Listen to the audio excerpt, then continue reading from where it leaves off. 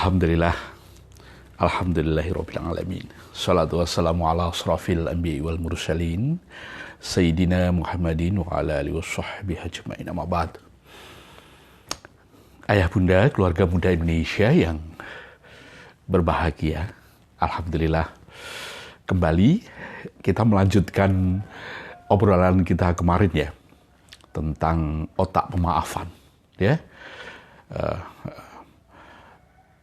Di suasana Idul Fitri pasti semuanya bahagia. Oke? Pasti semua, termasuk kami, alhamdulillah kami juga bahagia. Selain karena kita telah menyelesaikan tugas suci, gitu ya, menjalankan ibadah Ramadan sebulan penuh ya, alhamdulillah. Dengan janji Allah kita kembali kepada fitri, kita kembali kepada fitrah, ya, diampuni dosa-dosanya, kembali suci, ya, kita alhamdulillah. Selain itu juga alhamdulillah cucu pertama kami telah lahir, kita kan selamat ya, alhamdulillah anaknya selamat, ibunya selamat, ya, senang. Perempuan cantik, alhamdulillah. Oke. Keluarga muda Indonesia yang berbahagia, tanpa kita sadari ya, setiap orang ketika memasuki satu Syawal, ya, khususnya orang-orang yang menjalankan Shaum Ramadan sebulan penuh ya, khususnya itu selalu dibarengi masuk satu Syawal itu selalu dibarengi dengan perasaan bahagia. Oke, sekali lagi saya ulangi, kebanyakan lebih spesial yang menjalankan ibadah Ramadan ya, spesial, yang lainnya juga ya, tapi ketika masuk bulan satu Syawal ya gitu ya, semuanya merasakan ada perasaan yang namanya bahagia. Bener gak kira-kira ya? Anda merasakan bahagia gak? Anda merasakan kedamaian tentu ya. Anda merasakan kebermanfaatan. Anda merasakan, ya, semuanya disebut dengan Anda merasakan bahagia. Pertanyaannya, kenapa kok bisa demikian? Gitu ya. Kenapa kok hampir semua orang-orang yang masuk di bulan suci Ramadan, khususon teman-teman muslim ya, saudara-saudara muslim yang lebih khusus yang menjalankan ibadah Ramadan, masuk satu Syawal ya, malamnya satu Syawal atau ya masuk satu Syawal dengan takbiran dan menyebut kebesaran Allah ya, semuanya merasakan bahagia. Mengapa? Mengapa? Saya jawab aja lah ya. Mengapa? Karena ada pemaafan. Karena ada pikiran dan perasaan memaafkan. Memaafkan pada siapa saja. Ya, pada siapa saja. Ya, baik dia merasa benar maupun juga merasa bersalah, semuanya terbuka pintu hati. Terbuka pintu pikiran dan perasaan untuk saling memaafkan.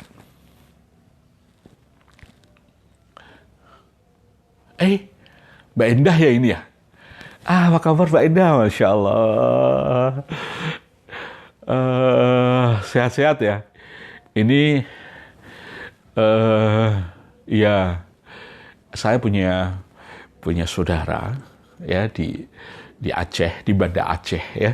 Waktu tsunami juga terlibat kena tsunami beliau, alhamdulillah. Ini keponakan-keponakan atau Mbak Indah langsung nih?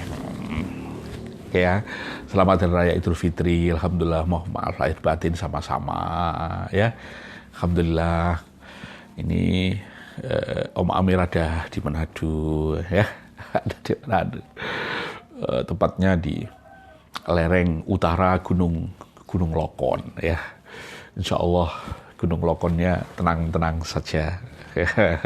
Gunung Lokon lagi meletus juga, rame juga, ramenya abunya kena di abunya kena di rumah, seng-seng jadi berkarat. Oke, kita lanjutkan ya. Terima kasih, salam buat keluarga ya Mbak Indah dan keponakan semuanya. Oke. Kenapa orang masuk bulan satu Syawal semuanya dalam kondisi bahagia ya? Why gitu ya? Kenapa demikian? Karena ternyata semua orang siap membuka diri, siap membuka hati untuk saling memaafkan. Nah, ini berbagai riset di dalam neuroscience, di dalam perilaku otak memberikan satu jawaban ya, salah satunya memberikan satu jawaban dari semua, dari pendekatan yang lainnya, tentunya ini dari neuroscience, dari ilmu otak dan perilaku manusia. Didapatkan orang-orang yang memaafkan itu ya, kerentak memaafkan itu sudah dibarengi dengan keluarnya, terproduksinya hormon-hormon bahagia. Ya, di dalam otak ini ada hormon-hormon otak atau zat kimia otak yang menghasilkan kebahagiaan, maka disebut hormon bahagia. Ada juga yang menyebutkan hormon cinta, hormon kasih sayang jika ada. Tapi memang lebih spesial, kalau hormon cinta lebih spesial lagi. Ya lebih tentunya lebih mengarah ada kerentak saling mencintai. Ya, ini bahagia, rasa damai, rasa susah diekspresikan, susah didefinisikan. Yang namanya masing-masing orang punya definisi yang namanya bahagia. Sampai-sampai mengatakan bahagia itu sebetulnya mudah, nggak perlu mahal, gitu kan. Nah, salah satunya adalah dengan memaafkan. Ketika masuk satu Syawal, ya pasti dalam diri setiap Muslim pasti ada perasaan saling memaafkan sesama Muslim, saling memaafkan saling memaafkan satu masyarakat, satu bangsa, satu bernegara, ya saling memaafkan. Ada terbuka pintu maaf. Dan ini ternyata ditandai di dalam otak kita ada terilisnya, keluarnya daripada hormon-hormon kebahagiaan. Dopamin, serotonin, oksitosin, endorfin. Nah, ini dia cenderung keluar. Sementara teman-teman yang misalnya ada dendam kesumat, nggak hilang-hilang gitu ya. Yang keluar adalah hormon stres, ya, hormon stres. Kortisol dan kawan-kawannya, norepinefrin, ya, hormon stres. Ya tentunya kalau yang hormon stres akan berakibat kurang baik, ya. Hormon kebahagiaan. Begitu luar biasanya Allah memberikan satu latihan Ramadan, satu latihan training di dalam Ramadan ini, sehingga bisa menghasilkan aktivasi sirkuit otak, terutama yang berhubungan dengan kemanfaatan, dengan pemaafan, dengan rasa bersyukur. Kemarin dengan apa? Rasa bermanfaat, ya, teraktivasi semua. Sehingga yang namanya pemaafan ini bisa muncul. Memaafkan adalah aktivitas spesial, teman-teman. Spesial, aktivitas spesial. Karena dia melibatkan hampir seluruh bagian otak. Nah, kalau ini bagian otak ini nggak sehat, susah memaafkan. Susah. Anda kalau sampai sekarang belum bisa memunculkan rasa memaafkan apalagi setelah saum Ramadan sebulan penuh, itu bisa jadi ada masalah di dalam otak Anda. Oke, ada masalah di dalam otak Anda. Stroke di bagian dorsolateral prefrontal cortex itu bisa berdampak pada ketidakmampuan Anda untuk mengekspresikan, untuk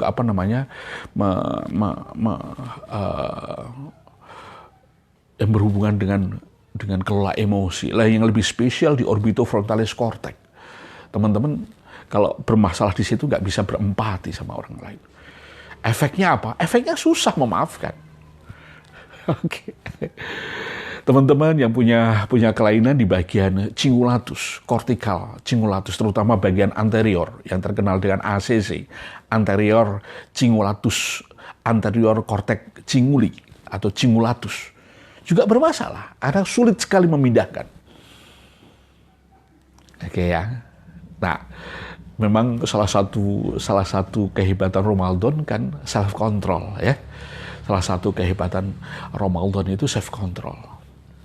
Sehingga dari latihan begitu akan memudahkan kita self awareness. Dampak daripada self awareness ini salah satunya kita mudah mengekspresikan, mudah mengimplementasikan yang namanya forgiveness, yang namanya pemaafan. Nah, gitu ya. Ya, kita tahu bahwa memaafkan itu aktivitas sadar. Bukan aktivitas tidak sadar, aktivitas sadar. Maka salah satu cara melatihnya agar Anda bisa memaafkan, Anda harus latihan berpikir sadar. Latihan berpikir sadar itu ada tools dari Imam Ghazali. Di dalam Ihya-nya Imam Ghazali itu salah satunya adalah hati-hati dengan ucapanmu. Hati-hati dengan ucapanmu. Kita nggak boleh nyelonong aja kalau ngomong. Harus kita kendaliin. Ya kalau dalam kondisi guyonan boleh 1-2 kali, tapi jangan terlalu sering. Kamu kalau terlalu sering nanti ingat risetnya si Anthony Newberg tadi akan muncul neuron-neuron baru. Ya, jangan biarkan ngomong yang tidak terkontrol.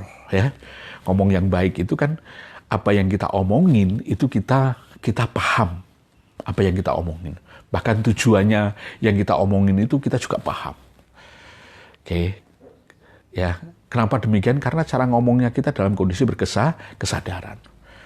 Kenapa kok hubungannya dengan ngomong? Gini ya, ngomong itu pasti ada suara. Ya, ada kalau yang lain ada gerakan. Ya. Dan ternyata aktivitas bahasa, aktivitas ngomong itu dikelola oleh bagian motorik bahasa di otak kita. Dan area motorik itu terluas di otak kita. Jadi salah satu latihan untuk ngelola emosi itu salah satunya adalah ngelola ngomong. Teman-teman, keluarga muda yang berbahagia, kembali lagi.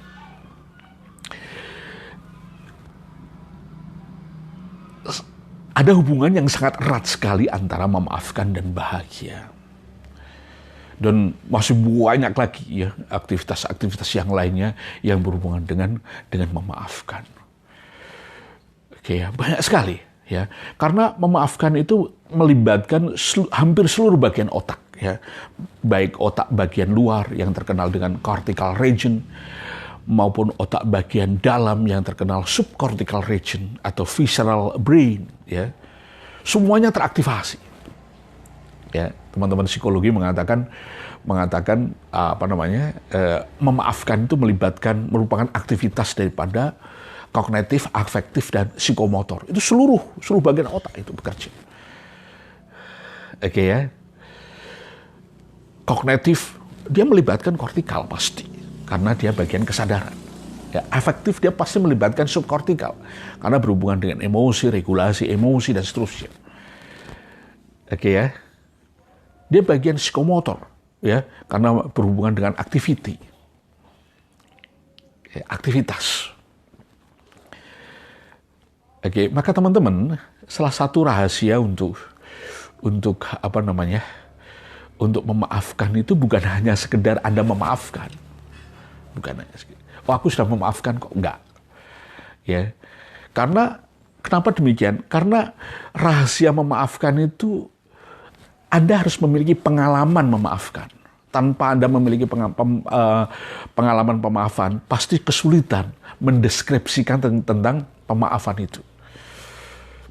Karena Lisa Feldman Barrett dalam berbagai risetnya dia mengatakan bahwa kualitas memaafkan itu satu orang dengan yang lainnya sangat berbeda. Dan itu aktivitas personal.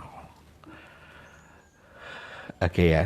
Nah, nanti kita bahas agak panjang lebar tuh tanggal 23 dalam tanggal 23 Mei ya, jam 1 siang sampai jam 3 siang dengan menggunakan Zoom ya gitu ya.